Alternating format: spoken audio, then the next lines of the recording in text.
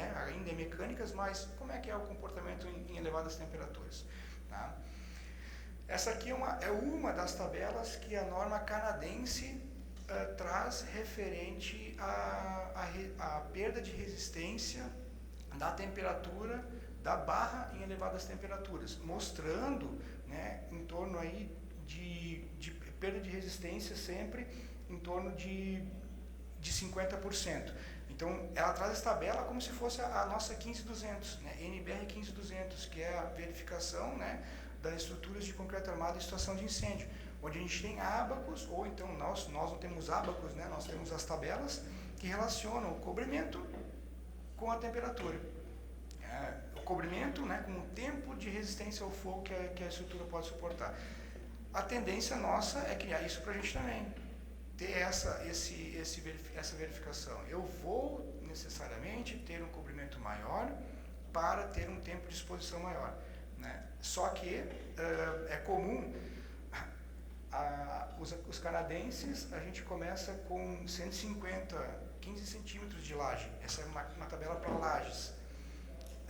Não é comum nas nossas obras, edificações residenciais, por exemplo, com não grandes vãos de laje, 15 centímetros de laje. Então a gente tem que trabalhar com uma espessura menor, né? Tem que verificar essas questões. Esse aqui é um estudo que a gente está fazendo. Eu não trouxe resultado porque esses ensaios vão ser feitos no final do mês agora, professor. No final do mês, então a gente vai fazer parede de concreto reforçado com FRP, submetido a elevadas temperaturas, com aplicação de carga, 17 toneladas a cada metro. Essa aqui é uma laje, né, é o projeto da laje, com a especificação dos materiais, o momento fletor que foi calculado. Só mostrando rapidamente aqui assim a execução, as barras posicionadas, já concretadas. Obviamente em toda a nossa laje a gente instrumentou com termopares em diferentes alturas para verificar realmente a temperatura que vai chegar na barra quando e se houver a ruína. Deus queira que não, que pode estragar os nossos equipamentos, né? Mas a gente vai tomar todo o cuidado. Mas a gente vai verificar o comportamento do material a elevadas temperaturas e também verificar as deformações que vão ter na estrutura, que é muito importante. Com relação ao projeto, obviamente não é como se projeta, né? Mas o que se leva em conta no projeto? O projeto vai pegar a nossa resistência à tração e o nosso módulo de elasticidade e vai aplicar sobre esse material um coeficiente CE, que é um coeficiente aí em função da utilização do material, da aplicação do material. É como se fosse uma classe de agressividade. Não é a classe de agressividade, né? Mas é como se fosse. A gente no Brasil, a gente vai tratar um pouquinho diferente isso. Então vejam, exposto ou não exposto à água, né? E a gente tem coeficientes aqui, se nós pegar a fibra de vidro, de 0,8 a 0,7. Então coeficientes bem significativos de redução da resistência. Então pego a resistência, minha resistência é essa, obtida, a característica obtida por ensaio, sim, eu vou reduzir essa resistência em 30%, 20% da resistência. Essas são as tabelas para a classe de agressividade que a gente está propondo na norma brasileira de projetos de estruturas reforçadas com FRP. É um projeto ainda de norma, a gente está, né, elaborando. Eu, particularmente, acho que essa tabela aqui a gente deveria que mudar. A gente não necessariamente deve exigir uma classe de uma relação água aglomerante ou uma resistência ao concreto, uma função de uma classe. Eu preciso porosidade. É a água que faz o efeito. É a água que tem a deterioração. Então eu tenho que garantir isso. Outra questão muito importante é trabalhar com sustentabilidade. Por que não trabalhar com adições, reduzindo o consumo de cimento, reduzindo então logo a quantidade de CO2 para a estrutura que a gente vai estar utilizando. Sem contar que eu poderia fazer uma relação também da questão da pegada de CO2 com relação ao aço e o FRP, né? Como tem a variação. Então, só mostrando para vocês que isso aqui é um projeto ainda, de novo, está em discussão, participem. Aqui, rapidamente, até porque o meu tempo já está no final, a gente tem aqui ensaios que foram feitos, realizados lá na universidade, né? Foram feitos lajes, segmentos de lajes para verificar o comportamento mecânico, né? Então, aqui eu vou comparar, essas aqui são as comparações Da mesma laje, mesmo concreto, mesma taxa de armadura, só variando GFRP e aço. Olha o comportamento mecânico. Até agora, durabilidade, questão de durabilidade, a gente está bem servido. Não corrói, eu não tenho grandes perdas de resistência, a não ser a parte de incêndio, que no aço a gente também tem, mas a gente não tem, a temperatura é muito maior, né? Mas olha o comportamento mecânico. Nós temos em vermelho aqui assim o comportamento do reforço em aço. Veja que o módulo de elasticidade do aço é muito maior. Eu nem falei das propriedades mecânicas dessa barra também, né, que não era bem o foco, era mais a durabilidade. Nós estamos falando de barras de FRP, no mínimo 800 MPa de resistência à tração. Se não tiver isso, eu não uso, não posso utilizar. Mas geralmente estão dando 1000 MPa de resistência à tração. Só que o módulo de elasticidade, aço, 210 GPa. As barras poliméricas, 50 GPa, 4 vezes mais. 4 vezes menos, no caso, né, o GFRP, o módulo. Vai deformar 4 vezes mais. Então, nós temos esse comportamento. O material totalmente dúctil. O GFRP não é dúctil, ele é frágil. Isso é um problema? Olha, sim, só que eu vou limitar no estado limite de serviço. A minha estrutura vai ser projetada especificamente para estado limite de serviço. As fissurações, a deformação vai ser maior. Então, eu tenho que incorporar, eu tenho que pensar em geometria da peça no projeto como um todo, para poder fazer uma estrutura adequada e eficiente também, né? Então aqui só, lembrando que a resistência superior, aqui a gente não conseguiu, em nenhuma das duas eu consegui romper a estrutura, não pela falta da capacidade, mas sim do deslocamento do cilindro. E vejo que o aço começou a entrar no patamar aqui de escoamento. Então sim, ele iria patamar plano, talvez aumentaria um pouco e entraria em colapso. Já o FRP não, o FRP só subindo. Obviamente tem a rigidez aqui da estrutura do concreto, e depois vem a nucleação das fissuras e eu vou ter só a deformação do material. Poderia ter rompido logo em seguida, não por causa do deslocamento do pistão. Aqui só rapidamente mostrando também efeitos, tem vários artigos já mostrando isso, comparação de várias taxas de armadura numa mesma matriz e num mesmo formato de seção de vigas, né? E a gente fez uma comparação entre o que a prática recomendada, nos métodos de dimensionamentos da prática recomendada, com o que o código ACI, nesse caso era o código que a gente utilizou ainda, né? Não foi extrapolado ainda para standard, né? Para a norma ACI agora nova. Mas mostrando que há sim uma segurança no dimensionamento. Todos os ensaios a gente teve um momento fletor superior ao efetivo encontrado no ensaio. Cabe ressaltar que a ACI ela é muito mais conservadora, né? Dando aí assim um coeficiente de variação um pouquinho maior, né, do que a nossa prática recomendada no caso. E eu tenho muito a agradecer ao professor Enio, a vocês todos aí, fica o meu contato de novo, participar da norma, tá aí meus contatos, obrigado.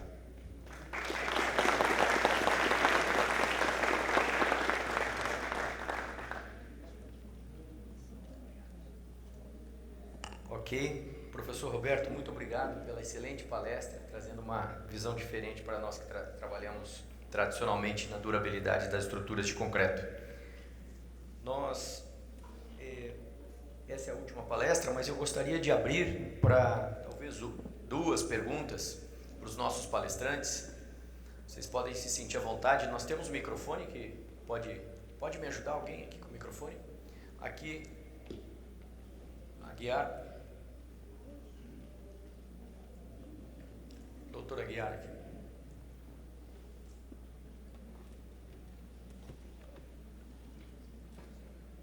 Eu queria saber só em relação ao dobramento. Deixa eu pedir para o Roberto. Professor. Poderiam vir aqui, Roberto, Pedro Castro. Por favor, poderiam apresentar-se aqui e assim já direcionamos lá as perguntas. Graças.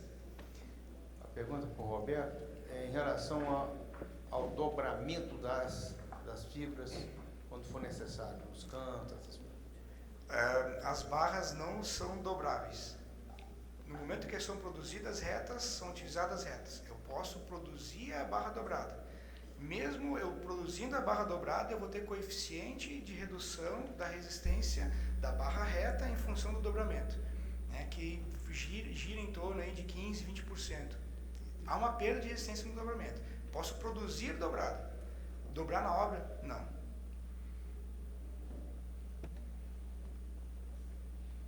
Mais alguma pergunta?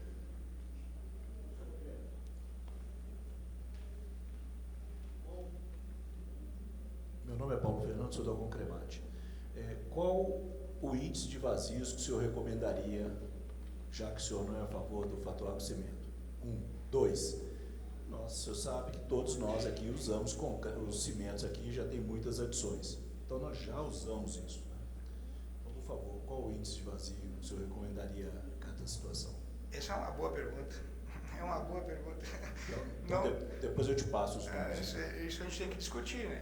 A minha ideia é qual é a relação, a resistência à compressão. Obviamente eu vou ter um índice de vazios menor, né? Porém, eu vou fixar nisso, por que eu não vou fixar numa porosidade específica, né? Positivo. Então eu entendo aí talvez em torno de 3%, 4%.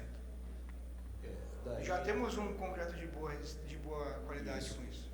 De 4 a 5,5%. A doutora Maria Carmen, ela tem no livro dela, ela cita uma porosidade na realidade isso é absorção.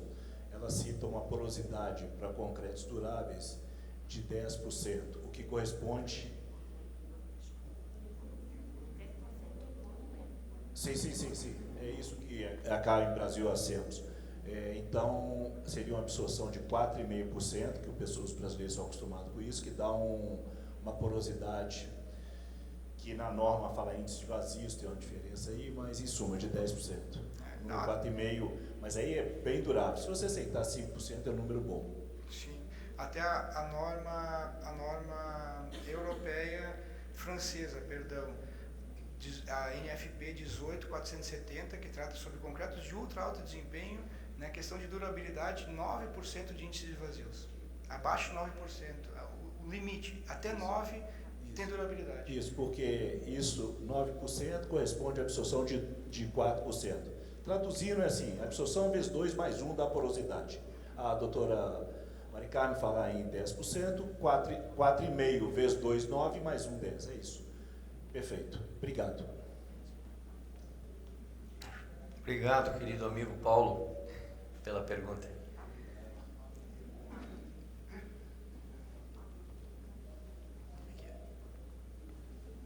I have to do this in English, I'm sorry.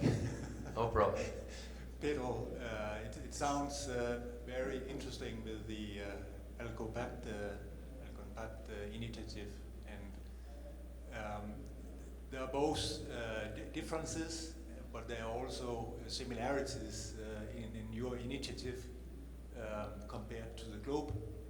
But I can tell you that Globe would very much like to collaborate and support and engage.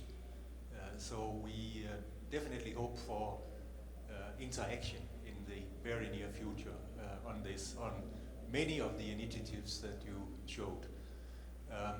But a technical question to the second part of your presentation, which was very interesting. My Spanish is maybe not good enough to keep track of everything, but to me it looked like that there were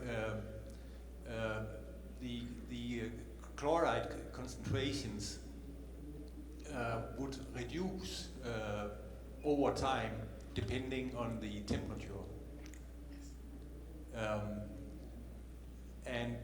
Of course, you showed the correlation with the variability in the temperatures.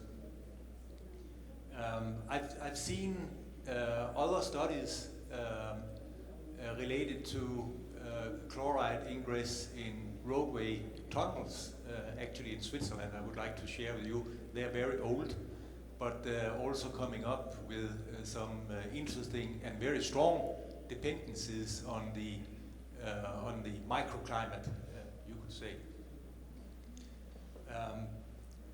I was surprised to see so little variability in the profiles. You had apparently many measurements. First, I thought it was only one measurement because there was hardly any variability, and that is a little bit surprising to me. When I think about the old studies I've seen, the one important factor in those studies was the time intervals between changes in the microclimate conditions. And that was a little bit disappearing in what I understand, so the presentation you made, this dependency of the period between the changes in the microclimate. And I wonder if you have considered that, or if you think that is an important parameter. Yes, thank you very much for your question. Yes, that was one of our main concerns when we realized that we weren't able to predict the behavior of the single profiles. The thing here is that we didn't design for that our specimens, but they were reflecting the action of the environment. So I didn't show this, but it is clear that independence of the period and amplitude of the wave, we can see a similar behavior on concrete, but we just have a few moments when we took the chlorides. We absolutely agree. I have spoken that with Carmen Andrade many times, and we are looking for a control way to check for that, because one of the consequences that we are having in our media are in the infrastructure. I can say the following: I don't know if in other countries occurs the same, but probably not only in Mexico but in Latin America. When we have budgets to construct, repair, rehabilitate, is when we have the worst climatic conditions. So, according to what we are observing in the cycles, if we were able administratively to have the money when the chlorides are in the lower part of this cycle, that would be amazing as a method to increase the service life. Unfortunately, that's not possible, but there are other ways to attack the problem. To enforce an action from the government or our governments or to obtain foundations, we need more data from design or control experiments. Now we realized about these macrocycles. As you observe in the maximum temperatures, we have the cycles in this way, but in some decades they are of a bigger amplitude, and that's when we have the maximums in the chloride contents. That's amazing, but we have not enough data to apply a model yet. But thank you very much. Of course, it's absolutely important. And the end, we have been discussing actually with Carmen the effect of how chlorides are physico-chemically disappearing from the concrete. We need to control that too in a very design experiment to try to simulate the situation we are having. Thank you very much. And on the other side, we are very happy. As you know, Enio is the president of Alcompat. Carmen is our honorary president, and she is the international relations director of Alcompat. I'm going to send you this longer email with some specific actions that we are going to propose you. And if you agree, thank you very much, and thank you very much for saying this in this conference. Well, thank you very much for your question and attendance this seminar. Thank you. Professor Paulo Heleni, por favor. Gente, eu perdi umas partes aí, mas estou gostando muito. Agora, eu peguei um pedaço onde, Carmen, você apresenta os critérios novos de medida do fim do service life, da vida útil, onde termina a iniciação e começa a propagação. E você disse que a tendência do FIB, da FIB, é adotar, ou do Eurocode, adotar. Tu preferes que eu abra em espanhol? Como quieras. Não, espera que tu entendes bem. É que 500 micras é muito para uma barra, um redondo, que tenha diâmetro pequeno, e é pouco para um que tenha diâmetro grande, ¿entiendes? Então, por exemplo, eu já he hecho esse cálculo de quanto há que corroer uma armadura para empezar a fissura, ¿no? Uma fissura de 0,1 milímetros, que é a referência visível de nós outros. Então, se tem um hormigão de 20 megapascal com um diâmetro de meia polegada, que são 12,6 milímetros, e admitindo uma resistência à tração e um módulo de elasticidade, e admitindo que o volume da parte corroída aumenta 6 vezes, me sale com 0,2%, apenas 0,2% da área da seção deste acero de 12,6 milímetros é suficiente para fissurar, abrir uma fissura, me entendes? Agora, se a armadura é bem mais pequena, então necessitaria mais.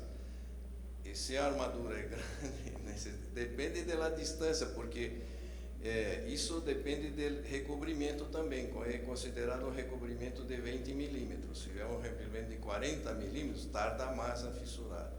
Então, não sei se é levado em conta. Me parece que melhor que espessor de corroído seria uma área, uma porcentagem da seção da armadura, porque depende do diâmetro. Como sabes, también estudiamos el efecto y también Andrés Torres. Entonces, para la corrosión localizada hemos tenido en cuenta las fórmulas de Andrés, porque si es general, estoy de acuerdo contigo, pero si es localizada, tardas 10 veces más de tiempo por el efecto de que es localizada. Entonces, hemos tenido en cuenta el trabajo de Andrés Torres Acosta, de México, para hacer esos cálculos. Yo tengo hecha una figura que no sale aquí, y claro, si es localizada no ves la fisuración, no la ves, y en cloretos al principio no sale, porque es tan pequeño el área que la presión se ejerce muy localizada. Entonces, en la general sí. Y luego la otra cuestión es, había que buscar un valor genérico, no podemos dar un valor, por eso digo que es convencional. Estuvimos discutiendo entre 50 micras, 100 micras generalizada, y fuimos conservadores.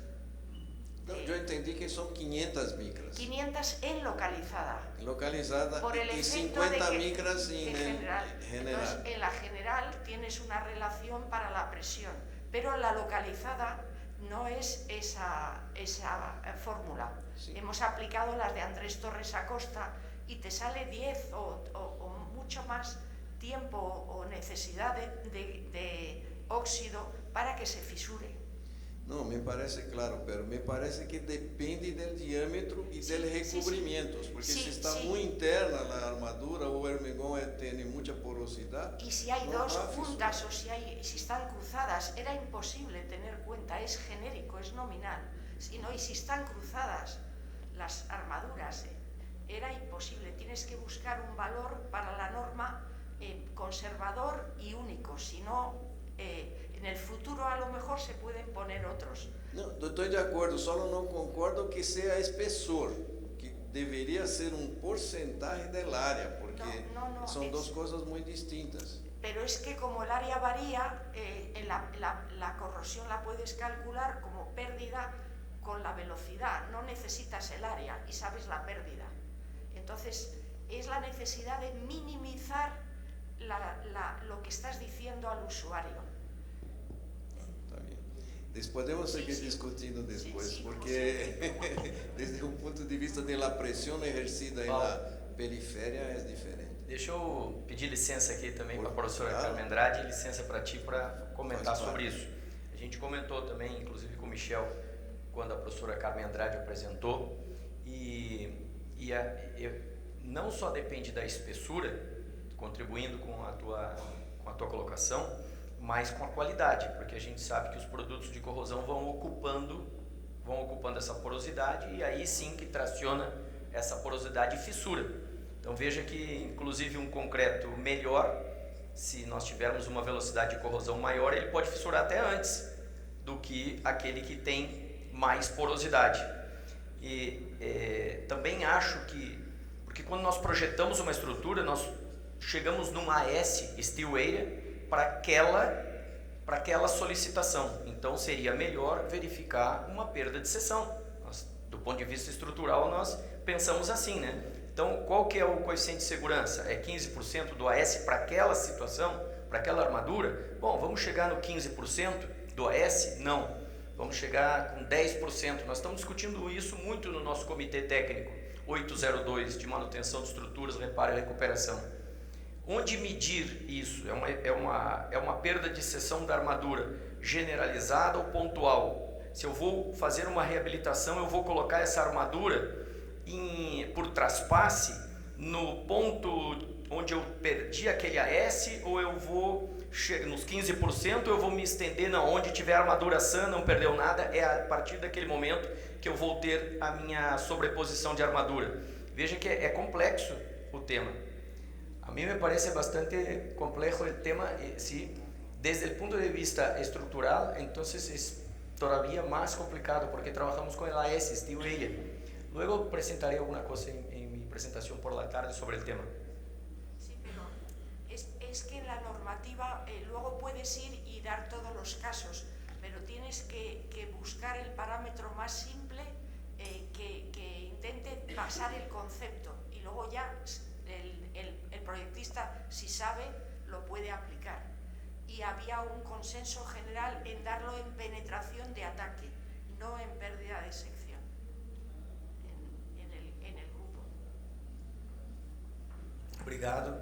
Não, professora Andriele, uma pergunta. Não sei se tinha antes alguém. Não, né? Professora Andriele, por favor. Eu sou Andriele, sou a colega de Enio em la Universidade Federal de Goiás. Eu tenho uma pergunta para Carmen Andrade. Si este número, 50 micras, é baseado também em parâmetros de corrosão, termodinámicos ou cinéticos, como que se dá esse exato número? Em geral, porque tem um estudo específico sobre ele, certo? Sí, el parámetro sale de haber estudiado cómo es la presión que ejerce el óxido y cuánta pérdida de sección se encuentra. Entonces, nosotros hemos encontrado fisuras de 0,05 milímetros de ancho para penetraciones de ataque de 10 micras. Pero, como ha dicho Paulo Helene, depende del diámetro, del recubrimiento, de la calidad. Puedes tener 50 o 100 micras y no haber aparecido la fisura. Entonces buscamos un valor medio conservador de 50 micras. 10 micras parecía muy poco y iba a haber muchos casos fuera. Y 100 micras podía ser que en otros casos ya tuvieras una fisura muy grande. Esto está basado en datos experimentales, sumados a los datos para la tesis del profesor Torres Acosta en México, que lo estudió para corrosión localizada. Y de ahí viene que él necesita muchas más micras cuando es localizada para producir la fisura de 0,05 milímetros. Y por eso pasamos a la multiplicación de 10, que es aceptado a la relación entre general y eso. Y luego hay que tener en cuenta que las velocidades que yo he puesto aquí en cloretos son 10 veces mayores que en carbonatación. Sí, sí. Con lo cual, digamos que también es que la velocidad es más rápida. Sí, sí, yo te entiendo. Muchas gracias. Obrigado, professor Andriele, pela pergunta.